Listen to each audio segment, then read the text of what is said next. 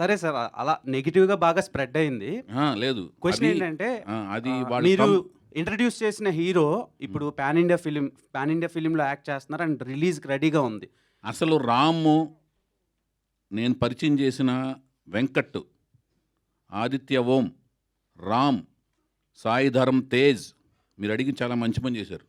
సాయి ధరమ్ తేజ్, హరికృష్ణ గారు, వాళ్ళు నా హృదయంలో టాటూ లాగా ఉంటారు. సో ఆయనది ఇస్మార్ట్, డబుల్ ఇస్మార్ట్ అని ఒకటి రిలీజ్‌కి రెడీగా ఉంది. బ్లాక్ బస్టర్ అవ్వాలని మనస్ఫూర్తి కోరుకుంటాను. అండ్ నా రూమ్మేట్ రవితేజ నా హృదయంలో ఉంటాడు. ఆయనది కూడా సినిమా రిలీజ్ రెడీ ఉంది. అదే, ఇది నిజంగానే చెప్తున్నాను. చౌదరి ఇప్పుడు 100 రూపాయలు ఇద్దరు సినిమాలు హిట్ అవ్వాలి. ఎందుకంటే రవితేజ ఎంత కష్టపడి పైకి వచ్చాడో నాకు తెలుసు. అతను పడిన కష్టం వెనకాల, ప్రతి కష్టం వెనకాల నేను కూడా ఉన్నాను. ఏది ప్రత్యక్ష సాక్షి, పరోక్ష సాక్షిగా ఉన్నాను. ఇద్దరు రూమ్మేట్స్, రవితేజ నేను 8 ఇయర్స్. ఓకేనండి. ఓకే. అండ్ మీరు చాలా సినిమాలు రిలీజ్ అది చేశారు. తమ్మునైలు సరిగ్గా తప్పు పెట్టారు. రాముకి తెలుస్తుంది అది. తమ్మునైలికి ప్రాణాలు పోసి ఆయన క్వశ్చన్లు సంధించకండి భయ్యా. సరే సార్. చౌదరి ఇప్పుడు గారు. మీ సినిమాల్లో లాహిర్లో నుంచి చాలా మంచి సినిమాలు ఉన్నాయి. Family oriented films. Okay. So ఇప్పుడు రీ రిలీజ్లు హవా నడుస్తుంది. ఓకే. సో మీ సినిమాల్లో రీ రిలీజ్ చేయాలంటే ఏ సినిమా రీ రిలీజ్ చేస్తారు? అండ్ సీక్వెల్ తీయాలంటే ఏ సినిమాకి సీక్వెల్ చేస్తారు? సీక్వెల్స్ తీయాలి అనుకున్న క్యారెక్టర్, అనుకున్న ముగింపులతో నేనే సినిమా తీయలేదు ఇప్పుడు దాకా. అందుకని సీక్వెల్స్ తీయను. రీ రిలీజ్ చేయాలంటే ఏ సినిమా రీ రిలీజ్ చేస్తారు? అది డిమాండ్ని బట్టి రిలీజ్ చేస్తాను. డిమాండ్ వస్తే రిలీజ్ చేస్తాను. డిమాండ్ రావడం అంటే ఏంటంటే, ఎవరిని వచ్చి బాబు మేము ఇంత డబ్బులు ఇస్తాం, మీరు ఇస్తారా అంటే రిలీజ్ చేస్తాను. మీ సినిమాలు రిలీజ్ అవ్వడానికి ఎందుకు ఇంత టైం పడుతుంది? ఇంత లేట్ ఎందుకు అవుతుంది? నేను ప్రేమ వివాహం చేసుకున్నాను. నా పేరు మీకు కనిపించేది వైవిఎస్ చౌదరి, కథా స్క్రీన్ ప్లే నిర్మాత, దర్శకత్వం. ఓకే. తర్వాత నాకు కనిపించేది వినిపించేది వైవిఎస్ చౌదరి, ఎన్టీఆర్ వీరాభిమాని. ఈ రెండింటికి మధ్యన నా పేరు కుటుంబరావు. అర్థమైందా? కుటుంబంతో పాటు సరదాగా ప్రయాణిస్తుంటాను. సార్ ఫ్యామిలీ గురించి మాట్లాడుతున్నారు కాబట్టి ఒక క్వశ్చన్. ఆమె ప్రొడ్యూసరు న్యూ టాలెంట్ రోర్స్కి. ఒక్క మాట ఆమెతో మాట్లాడించారా? ఇంట్లో కూడా ఇంతేనా మీరు? ఇంట్లో కెమెరా పెట్టి చూడండి ఒకసారి, లేకపోతే మీకు మారువేషం వేసుకుని ఒకరోజు ఒక ఇంట్లో ఎలా రావాలి మీరు? పనమ్మాయి అంటే బాగుండదు కాబట్టి చెప్పేదనండి. ఏదన్నా వస్తువులు అమ్మటాకో, చీరలో ఏదో అమ్మటానికి రండి, తెలుస్తుంది అట్లా కాదండి. అసలు స్వరూపం. ఇందాక స్టేజ్ మీద కూడా మీరు మాట్లాడారు, సాయి మాధవ్ గారితో మాట్లాడించారు, ప్రొడ్యూసర్తో ఒక్క మాట మాట్లాడించారా? ఆవిడ మైక్ టైసన్ కాదండి. చెప్పేదండి, ఆవిడ మైక్ టైసన్ కాదు, నేను మైక్ టైసన్ని. లోపల మాత్రం ఆవిడ టైసన్ మించిన బలవంతురాలు. వైవిఎస్ చౌదరి గారు, హాయ్. చెప్పండి. ఇక్కడ వైవిఎస్ గారు చెప్పండి. కంటిన్యూ చేసి ఆపేస్తా. ఇంకా క్వశ్చన్. యాక్చువల్లీ మీరు సీనియర్స్ని తీసుకున్నారు, లిరికిస్ట్గా కావచ్చు వీళ్ళంతా, కీరవాణి గారు, సాయి మాధవ్ గారు. బట్ ఆర్టిస్టుల విషయానికి వస్తే కొత్త వాళ్ళని తీసుకుంటున్నారు. ఏంటి డిఫరెంట్ ట్రాక్స్? కాదండి, వీళ్ళు ఒక సాహిత్యము సంపద అంతా ఉంటుంది కదండి. సాహిత్యము తర్వాత సంగీతము, ఇదంతా ఏంటంటేనండి, అది విషయ పరిజ్ఞానం. ఆ విషయ పరిజ్ఞానం అనేది వాళ్ళతో పోటీతత్వం. మనకంటే తెలివితేటలు ఎక్కువ ఉన్న వాళ్ళతో సంభాషించి, సంగీతపరంగా కానీ సాహిత్యపరంగా కానీ వాళ్ళతో పోటీపడి వాళ్ళ దగ్గర నుంచి విషయాన్ని డ్రా చేసుకోవాలండి. ఓకేనండి. ఇక్కడ నటీనటుల తత్వానికి వచ్చేదానికి ఏమవుద్దంటే, కొత్త టాలెంట్ని నాకు 13 ఏళ్ళ ఎక్స్పీరియన్స్ ఉందండి సినిమా ఫీల్డ్కి వచ్చిన తర్వాత. అసిస్టెంట్ డైరెక్టర్గా, అసోసియేట్గా విపరీతమైన నేను ఈ రంగాల్లో అన్నిటిలోనూ ఇట్లో నైపుణ్యం ఉంది, అవగాహన ఉంది, నటన పరంగా అన్నిటి మీద పట్టు ఉంది. కానీ వీటి మీద నేను రాసేది కథ రాయగలను కానీ డైలాగ్ రాసే దాని మీద నాకు పట్టు లేదు. సంగీతపరంగా అవగాహన ఉంది కానీ సంగీతం చేసే అంత పట్టు లేదు. సాహిత్యపరంగా లిరిక్స్ పరంగా అవగాహన ఉంది కానీ చేయించుకోగలిగిన అవగాహన ఉంది కానీ రాయించుకోగలిగిన అవగాహన ఉంది కానీ దాని మీద పట్టు లేదు. నటన పరంగా మాత్రం నేను చేయించగలను, వాళ్ళు చేయకపోతే చేసి చూపించగలను. అందుకని వాళ్ళని తీసుకుంటున్నాను. సార్ చౌదరి గారు, సార్ హీరోయిన్ కోసం బయట ఎక్కడో తిరిగారు, ఇంట్లోనే అందమైన పాప ఉంటే ఎందుకు హీరోయిన్గా ట్రై చేయలేదు? ఇంట్లో అందమైన పాప ఎవరండి? మీ అమ్మాయి ఎలమంచిలో ఎక్కుతా. ఆ పాప వస్తే ఫస్ట్ టైం హీరోయిన్ ఆవిడే అనుకున్నాం మేమంతా. మీరు అనుకున్నారు అలాగూ? వెంకట్ గారు నిజం సార్ అది.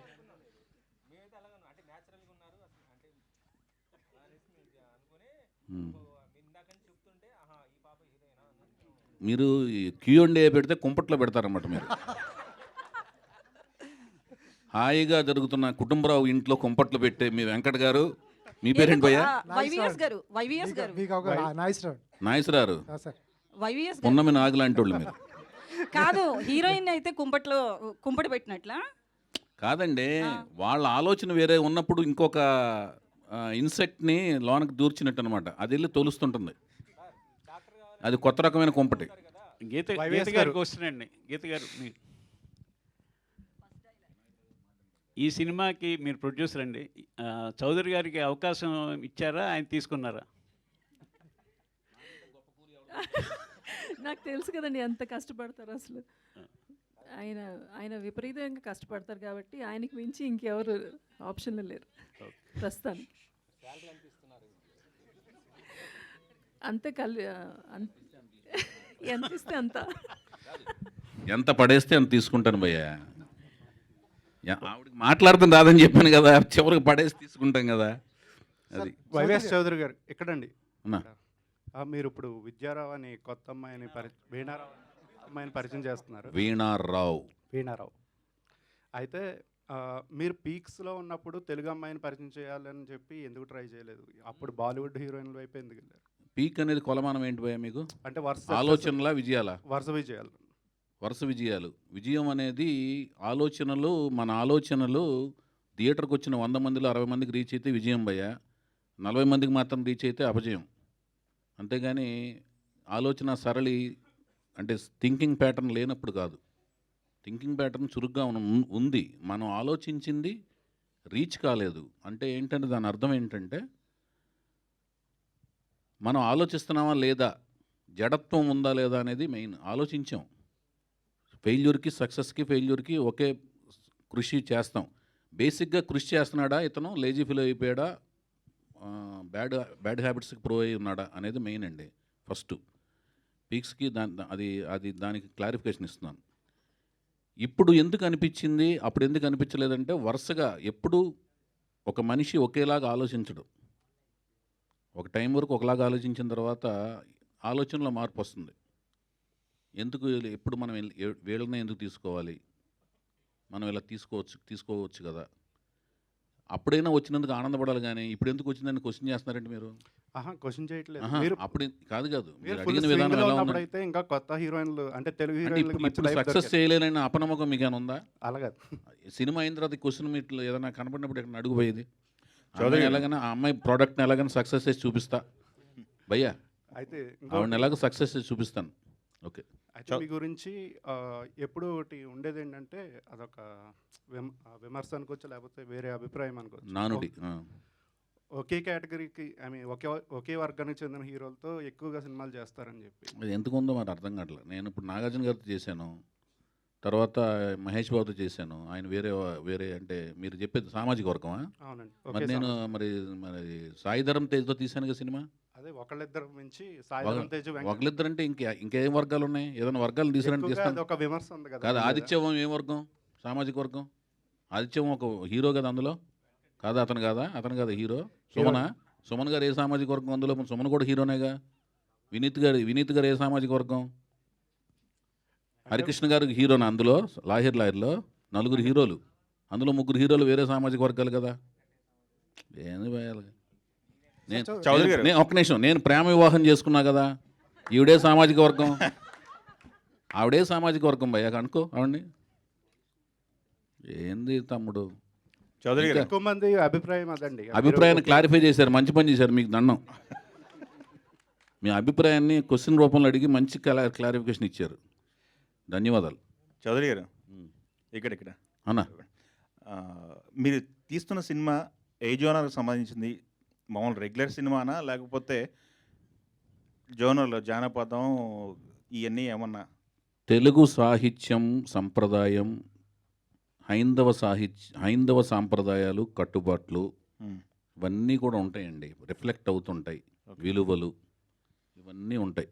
ఓకే. ఉంటూ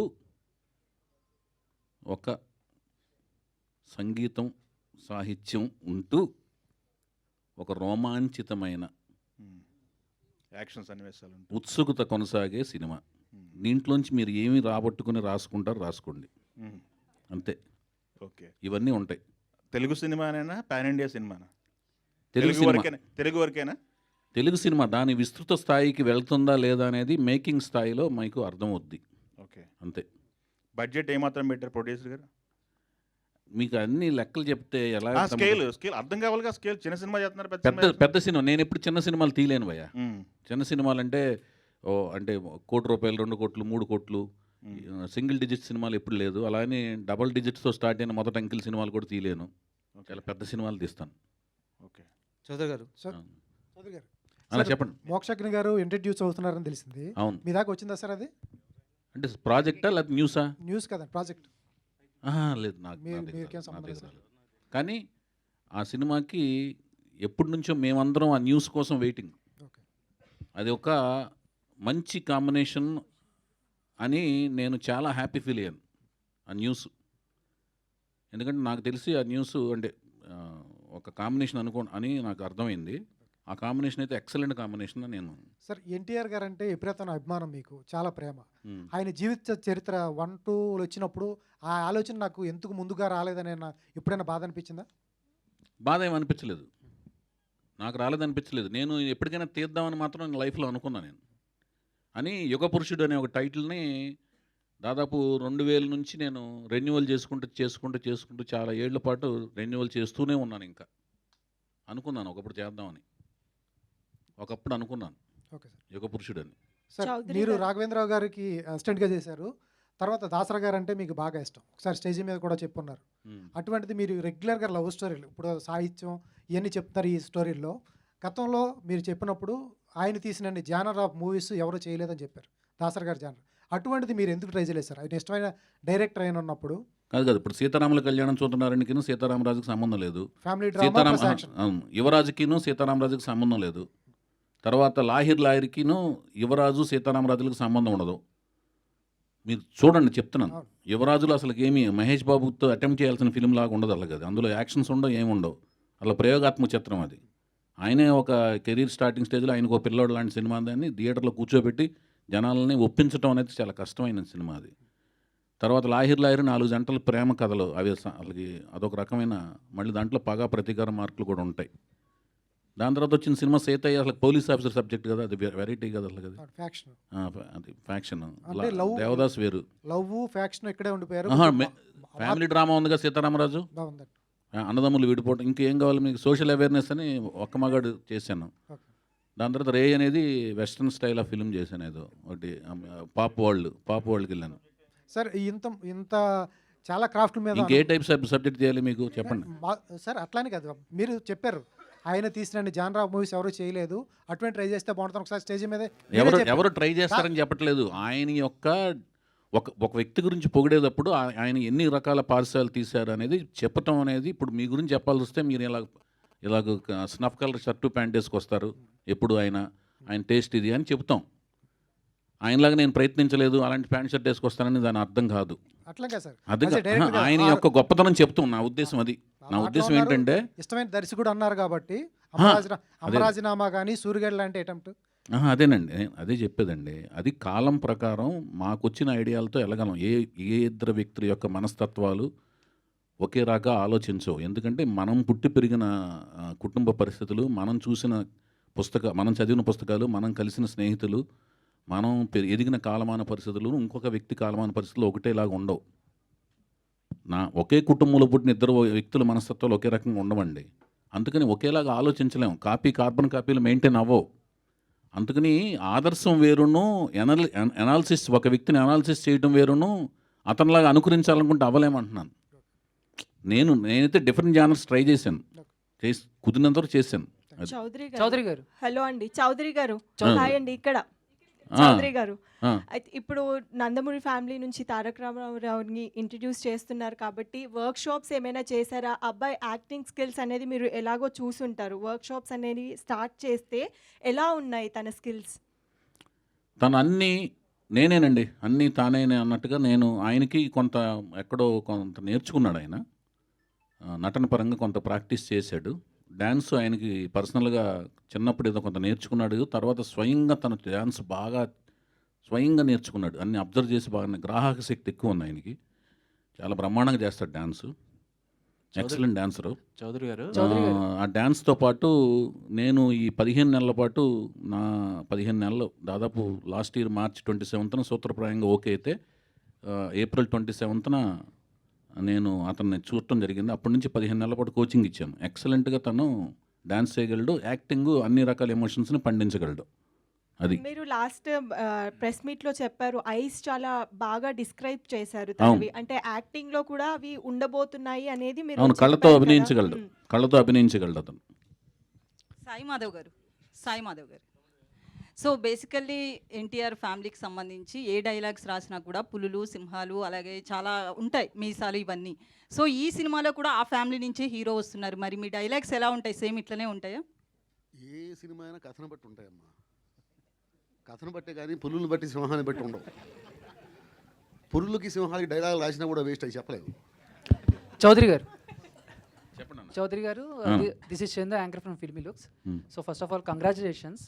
అంటే చాలా గ్యాప్ తర్వాత మళ్ళీ వస్తున్నారు, చాలామందికి హ్యాపీ అది. అంటే 9 years గ్యాప్ వచ్చింది సార్. ఈ 9 years గ్యాప్లో ఇండస్ట్రీ కూడా చాలా చేంజ్ అయింది. 24 క్రాఫ్ట్స్లో కూడా చాలా డెవలప్ అయింది అండ్ ఇండస్ట్రీ కూడా ప్రపంచానికి తెలిసింది. అండ్ మీ సినిమాల నుంచి కానీ ఈ 9 yearsలో వచ్చిన సినిమాల నుంచి కానీ ఇండస్ట్రీలో ఈ గ్యాప్ టైంలో మీరు ఇంకెక్కువ ఏమైనా తెలుసుకోవడానికి, ఎక్కువగా ఏమైనా నేర్చుకోవడానికి ఏమైనా ప్రయత్నించారా? నిరంతరం స్టడీ చేస్తున్నాను భయ్యా, నిరంతరం స్టడీ చేస్తున్నాను. నా వెనకాల కెమెరా పెట్టుంటే మీకు అర్థమయ్యేది.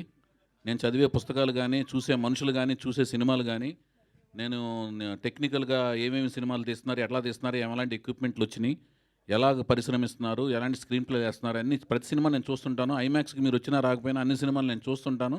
దాని వెనకాల అంత స్క్రీన్ ప్లే టర్మ్స్లో వర్క్ చేశారు, దానికి ఎంత లైటింగ్ ప్యాటర్న్స్ ఎలాంటివి మారుతున్నాయి, ఎలాంటి ఎక్విప్మెంట్లు పెట్టి ఏం చేస్తున్నారు అన్నీ నేను నిరంతరం దాని గురించి పరిశ్రమిస్తుంటాను, అన్వేషిస్తుంటాను, తెలుసుకుంటా ప్రయత్నిస్తున్నాను.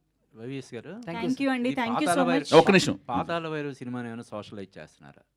అదేం లేదండి, అదేం లేదు. చెప్పండి భయ్. గీత గారు, న్యూ టాలెంటెడ్ రోల్స్ అని పెట్టారు యాక్చువల్గా. మరి మిగతా నటినట్లు వీళ్ళందరూ కొత్త వాళ్ళని పరిచయం చేస్తున్నారు. బట్ డైరెక్టర్గా వైవిఎస్ చౌదరి గారిని మళ్ళీ రీఇంట్రడ్యూస్ చేయడానికి రీజన్ ఏంటి? ఆయనకి మంచి పని, కూలి పని ఇంకెవరు చేయగలరు? చౌదరి గారు అంత ఒకే డైలాగ్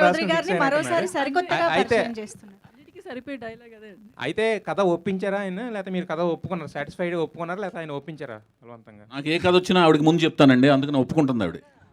ఫైనల్ క్వశ్చన్ ఒకటి గీత గారికి. మీ న్యూ టాలెంటెడ్ రోల్స్ ఇప్పుడు ఎన్టీఆర్ గారి కుటుంబం నుంచి ఒకరిని పరిచయం చేస్తున్నారు కదా, మరి నెక్స్ట్ ఆయనకి ఎంతో ఇష్టమైన మహేష్ బాబు గారి అబ్బాయి కూడా మరి ఉంది కదా, ఆయన కూడా మీ బ్యానర్లో ఇంట్రడ్యూస్ అయ్యే అవకాశం ఏమైనా ఉందా? గౌతమ్ కృష్ణ అవకాశం వస్తే తప్పకుండా అండి. సార్ చౌదరి గారు, మీరు ఇప్పటివరకు హీరో హీరోయిన్ పరిచయం చేయలేదు అంటే సినిమా షూటింగ్ స్టార్ట్ చేశారా, స్టార్ట్ చేసిన తర్వాత వాళ్ళని పరిచయం చేస్తారా, స్టార్ట్ చేయక ముందు చేస్తారా? నెక్స్ట్ ఈవెంట్లో వాళ్ళ యొక్క ఫొటోస్, వాళ్ళ యొక్క వీడియోస్ అన్ని మీకు పరిచయం చేస్తాను. మీ అనుమతి తీసుకుని షూటింగ్కి వెళ్తాను. చౌదరి చెప్పండి, మీరు అడగండి అమ్మా. Anjali from TFPC. So first event వచ్చేసి బాలయ్య గారి బర్త్డే రోజు, సెకండ్ ఈవెంట్ వచ్చేసి మహేష్ బాబు గారి బర్త్డే రోజు. సో థర్డ్ ఈవెంట్ ఈ మూవీకి సంబంధించి ఎవరితో పెట్టమంటారు చెప్పండి. సెప్టెంబర్, అదే నా క్వశ్చన్, సెప్టెంబర్ 2 ఉంటుందా లేకపోతే నాగార్జున గారి బర్త్డే August 29? మీరు ఎప్పుడు పెట్టమంటే అప్పుడు పెడతా. ఓకే, నెక్స్ట్ ఎవరి బర్త్డే కోసం ఎదురు చూడాలని అంతేనా? Yeah, thank you so much for this lovely interaction. మన మరిన్ని వేదికల్లో